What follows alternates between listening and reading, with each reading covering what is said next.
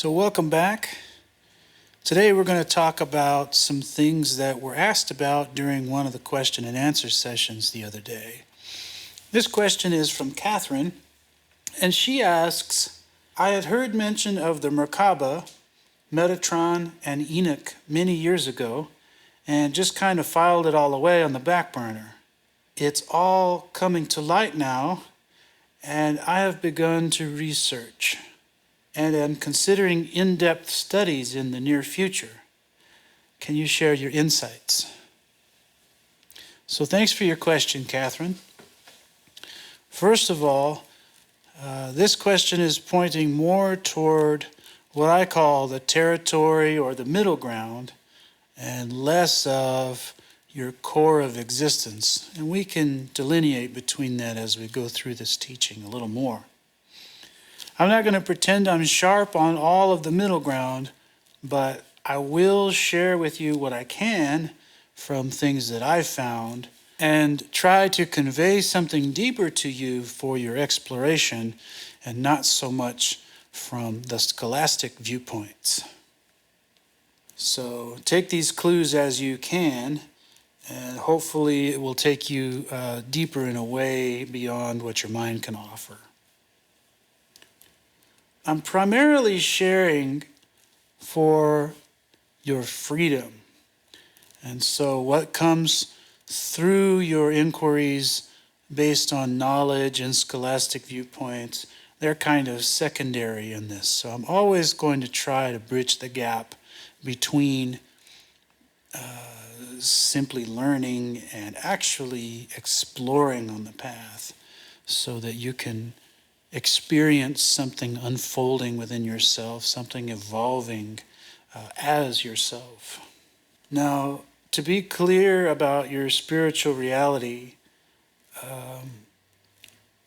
you have to be free to a certain degree from your mental content and what your mind wants to offer you as far as what it wants to present toward the world.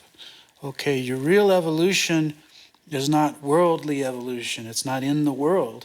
Your spiritual evolution is evolving in the domain and the dimension of grace. And so you have to come to understand what that means through direct experience, through exploration, and less reliance upon mental content. You must meet anything that you want to understand in its highest clarity, and the spiritual path is most important in this regard, because through it you will be leaving the world behind. So I want to offer to you that maybe you should look into some of Edgar Cayce's work if you haven't already. There's a lot of information out on the internet as far as knowledge is concerned on these topics. Primarily, though, I want to introduce you to a place, and I want to help you meet this place within your own experience where you can actually come to the understanding where you don't need your mind to make an interpretation of sorts on this information. Just like if you believe in a table, for example, and you haven't actually seen the table. Maybe it's a really beautiful table that somebody told you about. It's made of a certain kind of wood. It has certain kind of qualities, certain kind of texture to the surface, and so on. You can believe all of that from the description that you hear, but until you actually meet it, you meet the experience of that table, you just are going to be kind of in this place of forming a conclusion about what it is. And whether you believe that conclusion or you hold that conclusion with some sort of reverence, it doesn't make a difference in terms of meeting that table, okay? And you can use any object. A table is just an example. And the spiritual path is similar in that regard, that you have to meet it. Of course, we're talking about meeting subjectivity and not objectivity. So the Merkaba is a symbol. Symbols frequently point to something beyond, don't they? And the Star of David, the Merkaba, is no different. It's a symbol of a meeting between heaven and earth. And this meeting is not just something that happens at random. Okay, there's a certain structure to things in the beyond, in these territories, these middle grounds. And without unfolding or evolving adequately on the path, the real understanding isn't going to come to pass anyway. But just know that there is a structure beyond, and it can be explored at certain degrees of development along the way. Just like a child learning to walk, the child has to mature a certain degree before balance is actually understood. And the child's not walking around thinking, oh, I need to be analyzing my balance today. Or right now, I need to understand the meaning of balance. The child's not doing that, but balance is certainly important. The dynamic movement, the direct experience of balance is something the child has to have, otherwise the child will fall over once again. And falling down is a matter of learning, isn't it? The child falls down again and again and again, pushes back up, and through this the muscles are strengthened, and eventually balance is understood. And there's a whole new way of going about life after that. So symbols are like road signs in a way. And I don't expect anybody to be going down the highway and then getting out of the car to go and cling to a road sign. Okay, so we shouldn't be doing this with symbols either. They're pointing to something beyond.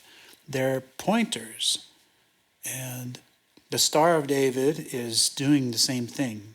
It's really pointing to something that's beyond mental attachment.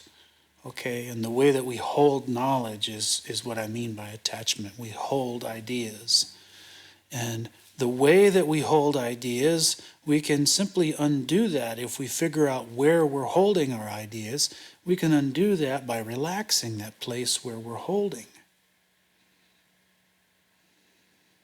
So let's try to take a little bit deeper look than just holding on to the symbols and looking for a certain kind of meaning to verify what we've already researched or understood or anything like that. While we kind of, allow the mind content to be there, okay? Not making an enemy out of it, but also not leaning on it for total support. Because again, it's pointing to something beyond the mind. So the Merkaba is something that comes out of the Jewish traditions, and you can probably find a lot of it if you're looking into the Jewish mystical tradition of Kabbalah. And every religion, if it's any kind of real, authentic connection to the beyond, has traditions that are rooted in God's mysteries. And Kabbalah is no exception to this. Religion is not a bad word, as popular culture is somehow seemingly trying to frame it. Religion means to bond together again. And of course, it's in the context of godliness, finding God. Now, whoever decided that that was a bad thing, there's something that needs to be clarified for that individual. And it seems to be a fad at this current time that people are in opposition to the word religion, as though the meaning of religion means that you need to follow blindly what's been provided to you and told to you. Yeah, okay, we can look at that movement and say that that movement is something that's really not healthy, because nobody's going to cross the finish line for you. Okay, it's your responsibility, it's your understanding that's going to help you in the beyond without relying upon any other human. But that actual success and progress in the beyond is what religion means. Jesus said, "Let them be one with you, even as I am one with you." And he's talking to the Father. He's talking about union. He's talking about union beyond the limitations and the definition of the fleshly body. Okay? Now that's important because obviously to meet love directly, that's really what we all need. It's obvious. We look around and we see the suffering in the world, and it's because people are looking outward for solutions that can only be provided from something that comes within. And love touches beyond all the limitations, all the boundaries, all the walls, all the defenses that seem to be a reality. Love is already there. Love was there earlier than any of those were ever constructed, and it hasn't gone anywhere. It's the presence of these illusions that love doesn't exist that lead people to do the things they're doing and cause themselves the suffering that they're encountering. Coming to the realization of the presence of love, in the highest sense, this is what union is about. This is what Jesus was talking about in this passage. If we're to find balance, real spiritual balance, we have to understand that there is a consciousness that's beyond thinking.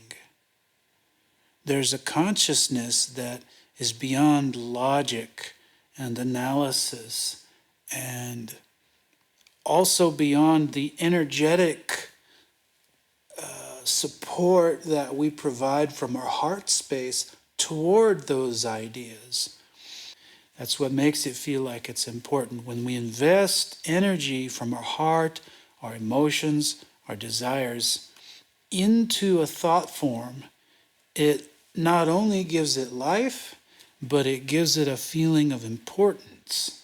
It gives it a sustainability of sorts. There is a space beyond duality, a space that isn't in opposition to the existence of duality also, that is free from being engaged in picking sides, being right or wrong, being left-brained or right-brained, okay? So let's look at the middle ground between the left brain and the right brain. And I want to look at this more from the perspective of the one who's engaging the mind, and less from the perspective of giving the concept of mind any importance, okay? We can have all the knowledge we want about the left brain and have all the knowledge we want about the right brain, but until we experience that reality within, it isn't going to mean anything. It's just knowledge, it's just information. Okay, so to apply this knowledge is really where we're looking for. If you're going down the highway and you see the road sign that your destination is 50 miles ahead, you've got to go 50 more miles to meet it. Okay, so this is kind of the same. You explore it until you meet it. And when you meet it, that's when you'll get the real understanding. We have been conditioned to believe that mind is the highest form of existence that the human can engage. So to go beyond that, we need to reach into consciousness of awareness, the consciousness of the observer, and beyond. There are layers of consciousness that are beyond observation, that are deeper than observation. And it's through exploring this subjectivity that our understanding and our unfoldment in the spiritual process actually gains some kind of momentum. To merge the left and the right hemisphere of the brain really means to come to spontaneity and be able to analyze at the same time as tuning into the intuition, what feels like the correct move to make, as it were. In the middle ground between creativity and your analytical mind, something is able to reach beyond. Something is able to come more real time than using only one hemisphere or the other hemisphere. Something is able to meet the immediacy, the immediate spontaneity of the present moment. And coming more and more in tune with the present moment helps you develop your awakened awareness, and we can call this the consciousness, and your powers of observation and discernment that help you stay present. Okay, your distractions take you away from the present moment where life is not happening, and your powers of concentration and focus, when they're used in a wholesome way toward your spiritual evolution, are always bringing you to the present moment, to something deeper than your mind, something deeper than your body, something deeper than your senses. But this depth is really not a thing, as it were. It's who you are, it's where you're looking from, but it's not your self-image. Merkaba means chariot, like chariots of fire. Now, apparently, Ezekiel had a vision of some wheels that a lot of people are associating with this heavenly chariot, or a chariot with holy fire. I think it's possible. I think it's possible that Ezekiel met the same thing that Enoch met, just from a different kind of perspective. I mentioned before that revelation and visions are not the same thing. Visions is more something that you just see with a certain kind of inner faculty of seeing, whereas a revelation, you're actually taken somewhere. Okay? So the difference between Ezekiel and Enoch is that Enoch was actually taken somewhere, whereas Ezekiel was provided a vision. And that passage is in Ezekiel chapter 1 and verse 16, if you want to look into it. So the Merkaba, or the chariot, is a device of transportation. A device of transportation independent of the flesh. Now, there's a possibility that it can include the fleshly body, okay? And we can see that in the example of the story of Enoch in Genesis. But I want you to understand that it's not just about the flesh. This chariot, as it were, is taking the spirit somewhere.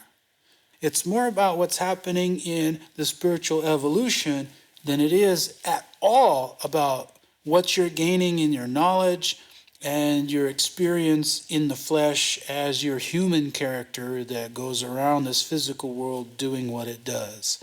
You need to understand that there is assistance that's provided in the domain of the spirit. And that assistance is what we call grace. And so there's higher intelligence which makes that decision on your behalf. Grace and mercy, they're kind of the same, but mercy is about what you don't deserve.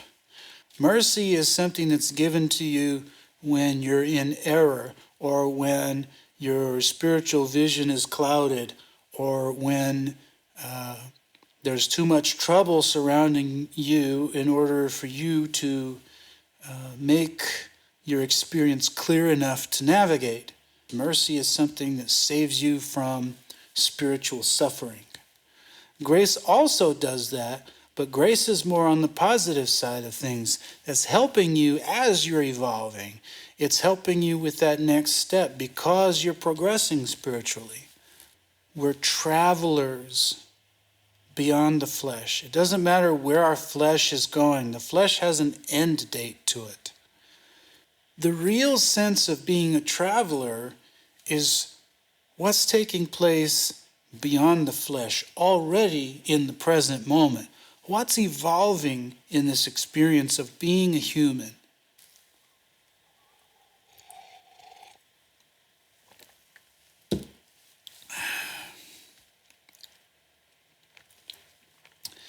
In Genesis, Enoch walked with God.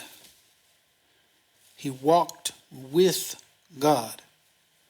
Okay, so there's no separation there. That's a kind of picture of this union that Jesus talks about in the New Testament. Now let's look at a couple of scriptures that talk about Enoch and his experience. Hebrews 11:5. By faith Enoch was translated that he should not see death, and was not found, because God had translated him. For before his translation, he had this testimony, that he pleased God. So if you're seeking translation, if you're seeking the chariot, you need to understand that pleasing God is really going to help you find this meeting of this middle ground, this help, this special kind of help on the other side. So another verse where we see it in Genesis is chapter 5 and verse 24. And Enoch walked with God, and he was not, for God took him. So we can see between those two verses that he was both translated and taken. And this movement, this dynamic is actually the same thing. Okay, so there's a transportation, and in this transportation, there's a translation that happens. So again, I haven't read all of the books that are in creation, and the book of Enoch is no exception to that for me. But at this time, what I do understand about that book is that it talks about some of these different dimensions. Some of them are quite infernal in nature, and I don't really recommend that people go seeking these things out. It can lead the mind and the imagination into places that are not really supporting an environment of love. You know, you may be better off just leaving them alone until you actually need to explore what's been laid out in those specific teachings. So what might help you just come to a contextual understanding with some of the things? If you have read the book of Enoch, I want you to try and see the parallel between what some might call purgatory and these kinds of dimensions, and what others have called the bardo realms. Okay, because these are different kinds of intermediate astral planes. You know, in Ephesians chapter 6, where Paul is talking about putting on the armor of God, and at the end of it all, in the day of evil, being able to stand. Okay, that also applies to these same kinds of encounters. At this point in time, I want you to understand very clearly that if your attention is on God's love, and you're not allowing that attention to drift into things that are other than God's love, that will help you to meet what's already coming to you on your path in a way that's successful, spiritually speaking. Now, I don't mean success in terms of battle and being the winner or the victor of a specific war or angelic warfare or anything like that, okay? Because when you're in love, you're not worried about winning a battle. You're not worried about being right. You're not worried about any of that. Everything is fine when you're in love. And the feeling of needing to win a battle should really be a kind of clue to help you step back and once again touch in with the presence of God's love.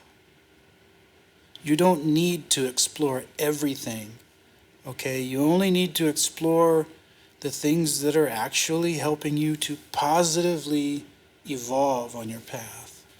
As far as Metatron is concerned, it has been said and written that Metatron is the highest angel of God.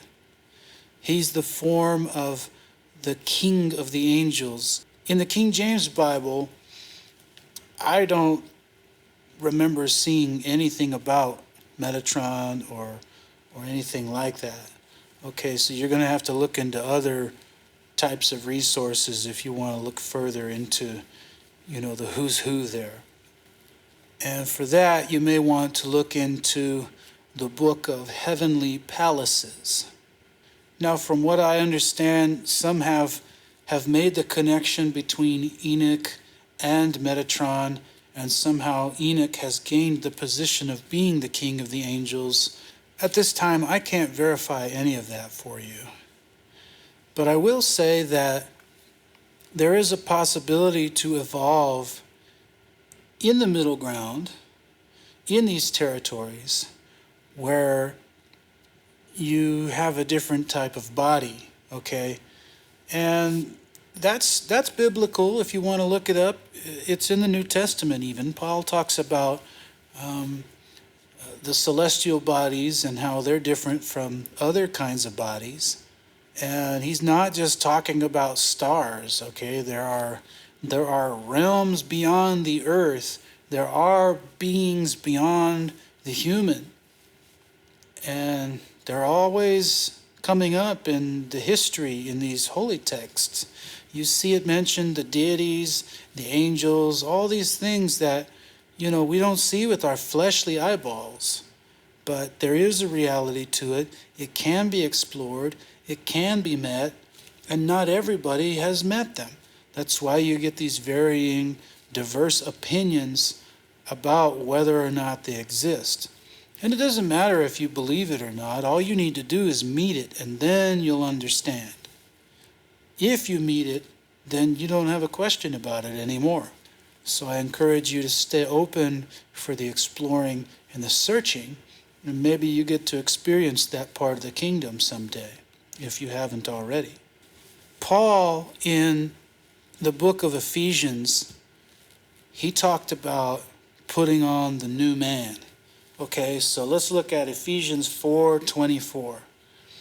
He says, "And that ye put on the new man, which after God is created in righteousness and true holiness." Now, after God means that God must have been there before this new man takes place. So what does that mean? That means that one has to find the kingdom. One has to meet God. And then there's the possibility of putting on the new man.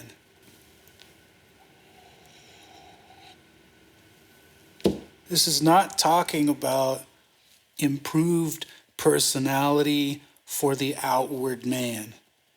Your success in the outward world is completely temporary. What the scriptures are trying to help you discover is your evolution beyond the threshold of death.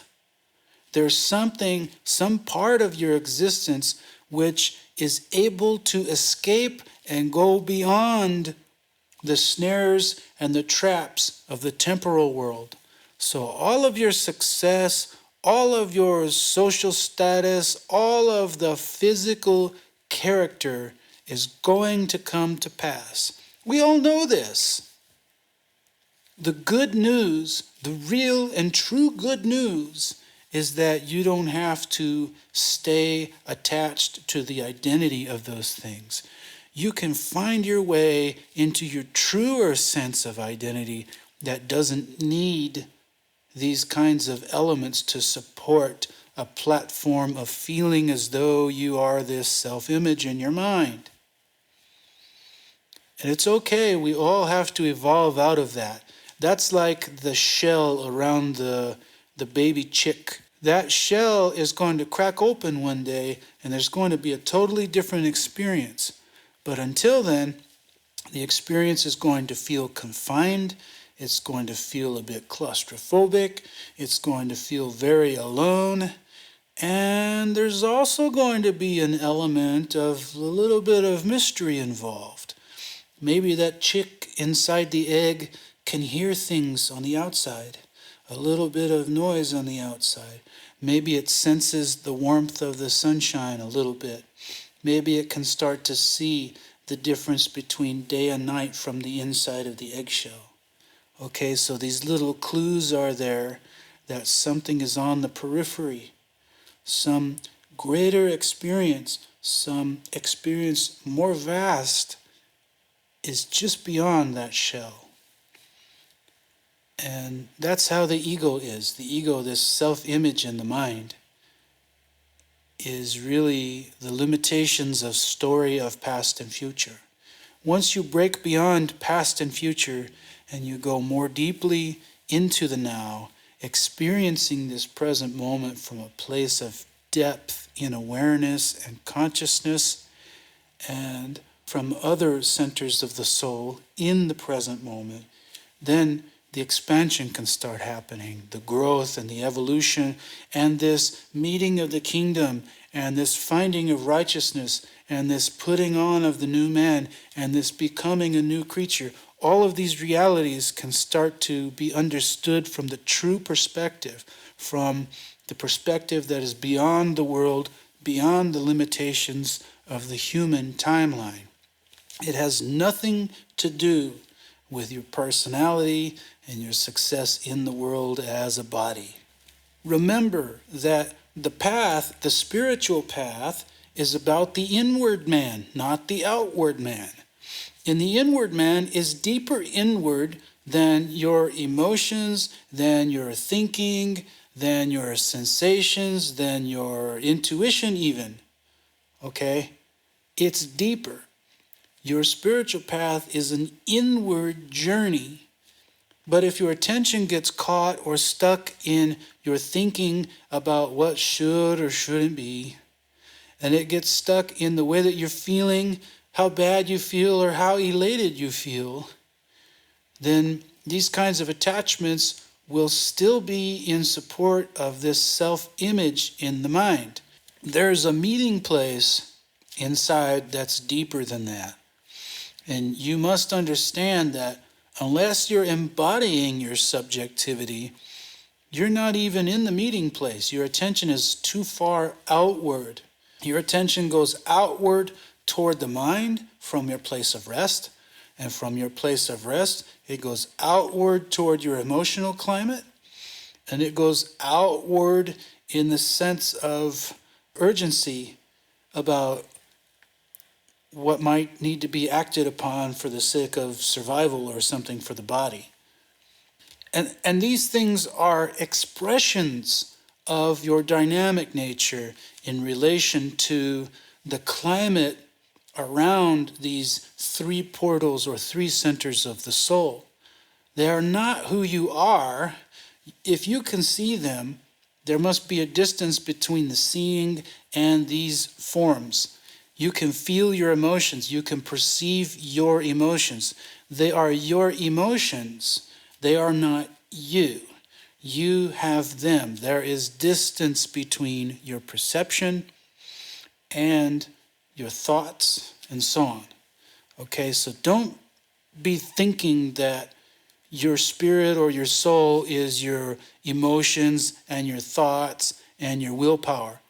Those are just expressions. They are manifestations of your dynamic nature. They're like a painter's canvas, if you will.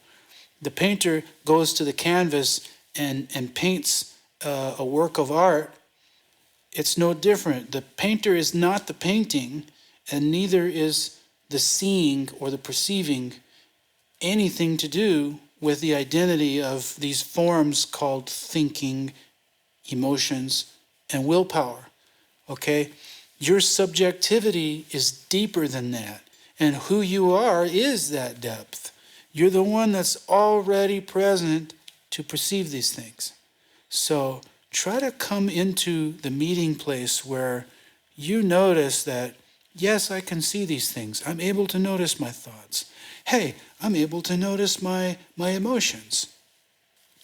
I'm able to notice that I have the urge to do something. It feels like the right thing to do, and I don't know why. You are there to receive these inputs. So even these subtle things are external to your subjective nature. So going back to the book of Job, Job said that the chief of the ways of God is Behemoth. Now, that's the only place I recall seeing Behemoth in the whole King James Version Bible.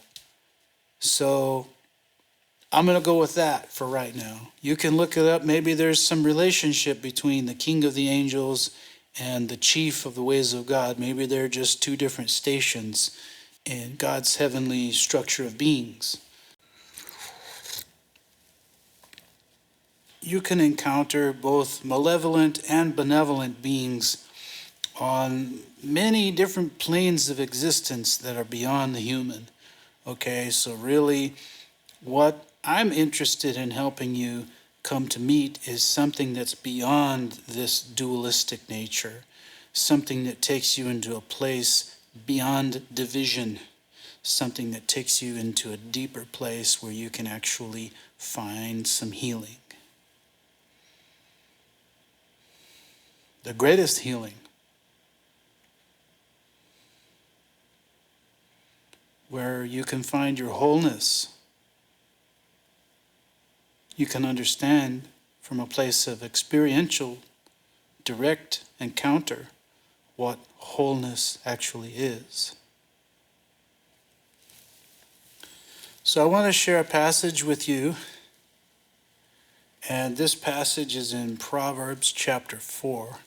I really like this passage because there are so many helpful perspectives available for different things. And it's just one of those chapters that's just so rich in its application in today's evolution.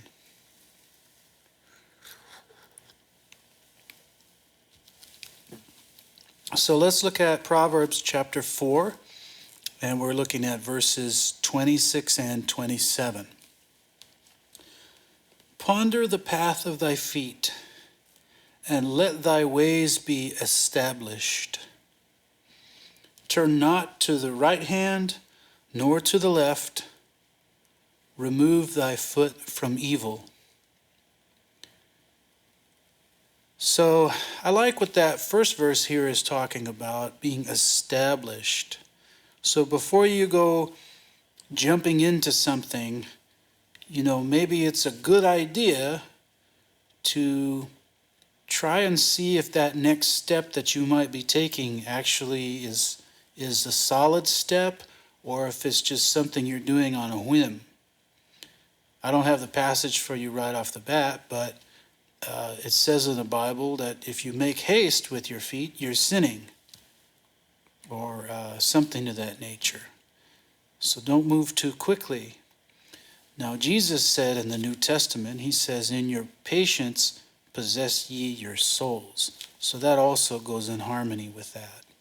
So let your path be established, something that allows you to be sure-footed. And you can do this one step at a time.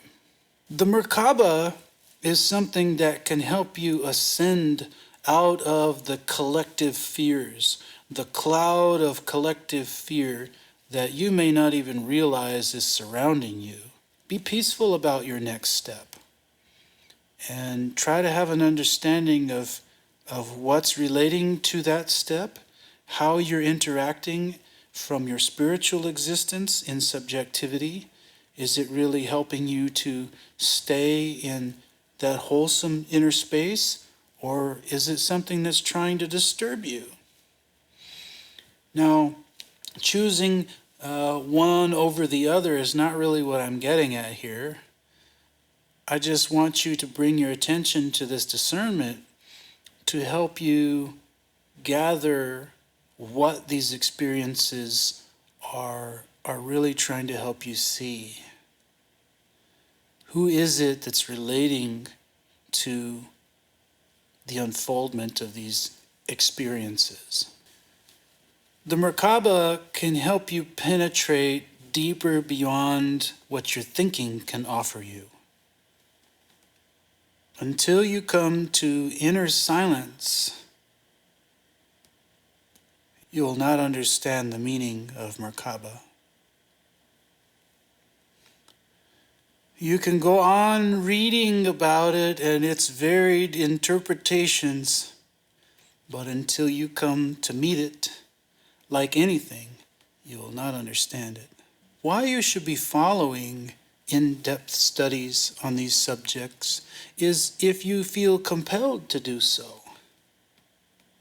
And through that, you will be gaining gems of wisdom that will be expanding your greater picture and your evolution into clarity. And these will be things that you didn't even know you needed. There will be like little aha moments that are leading you to the great big aha, the one that ends your search for these clues. It will be the end of your questions, the end of your needing for more and better. You will meet something that's beyond the division that comes through the identity of lack.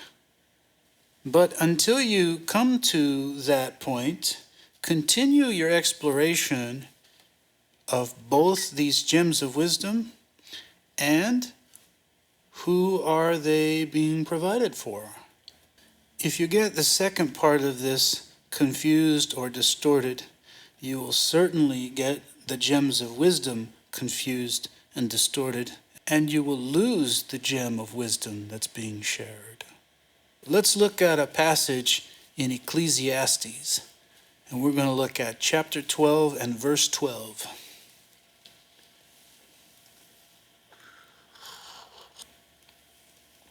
And further by these, my son, be admonished. Of making many books there is no end, and much study is weariness of the flesh. This book is really for the individual who's evolving spiritually into the place where their attachment to desires that the world can hold are being let go. One is moving beyond and evolving in transcendence. You can only gain so much knowledge, and the knowledge will not last forever. There's an evolution that happens beyond knowledge that will go on much longer than the knowledge that you can gain and hold with your mind. Remember, this is what I call territory, or the middle ground. It is not your core of existence. It's not adding to you to make you something greater, because where you evolve is already earlier and deeper than the thoughts, concepts, and references that you can attain. Your history, whether earthly or what you conceptualize to be spiritual, is mental. It's stuck within a timeline. And that, by its very nature, is dualistic. Where you evolve, where you actually evolve, is beyond what you can acquire in a timeline. If you come to discover this, then you'll begin to understand the value that is beyond your mind, the value beyond the need to hold to one side or another on any particular topic, the value that's beyond your need to search things out. But your search goes on until you're fulfilled, and only grace can truly bring that fulfillment. And grace happens in the meeting place where you actually evolve in subjectivity. If you don't understand subjectivity or you want to get a greater understanding on it, go watch my video on subjectivity because it's fundamental to your path. You need to understand subjectivity. So while you're looking into these things, ask yourself, why are you exploring these territories? Is it because you feel like you're lacking something? Is it because you feel that you need to have an advantage competitively somehow by gaining these things? What is it actually contributing to? And when you feel the urge to look into these things, that will be the moment that when you look to see who these things are speaking to, who this inspiration is speaking to, you will learn something directly that is earlier than what your mind can hold, earlier than anything you can conceptualize. There is a place within you where you are already free. And this search that's continuing for most individuals on the planet, every ordinary individual who's experiencing a feeling of lack is searching for fulfillment for that lack. There's a place within every being where freedom already exists. And this is what the search is all about. It's getting twisted and misunderstood in all sorts of ways, that when I get this, then I'll feel happy. That's the undercurrent that every individual on the planet is experiencing. There's only one solution to that feeling of need, that feeling of lack, that feeling of not being whole, that feeling of I need to get more and better. And that solution is grace. That solution is your place of freedom within. Don't turn this into something about the future. I'm not saying that you need to wait until a certain point in the future for this to come to pass. This place is something that must be explored in the present moment. Spiritual evolution is not of the future. It's not of the territories. It is directly related to who is experiencing the evolution in the present moment. If you don't understand that the present moment is where you are, then you first need to come to the understanding that you're engaging your mind perhaps too much for now. Perhaps there's too much past involved, there's too much future involved, too many expectations involved, too many projections that feel like they're something substantial. When the attention is withdrawn from these mental qualities, then the present moment can be embodied a little bit more. So you can make a practice of this. And what this will do is it will lessen the draw on your attention outward into the world, and it will help you relax and come deeper into a meeting of something that's subjective in nature. Your subjectivity becomes more and more important as the body comes closer and closer to its passing. So don't save your exploration until the very end. The wise ones will have this taken care of while there's still time, as it were. So I want to share one final passage with you for this, and we're going to look at Proverbs chapter 14, verse 8. The wisdom of the prudent is to understand his way, but the folly of fools is deceit. Truth is unchanging. If you're chasing after something changeful, know that it's on the periphery. It's something in the territory. And again, for those of you who haven't gone to check out the Patreon page, please go there, show your support, sign up, and I look forward to sharing more with you in the next video. Blessings.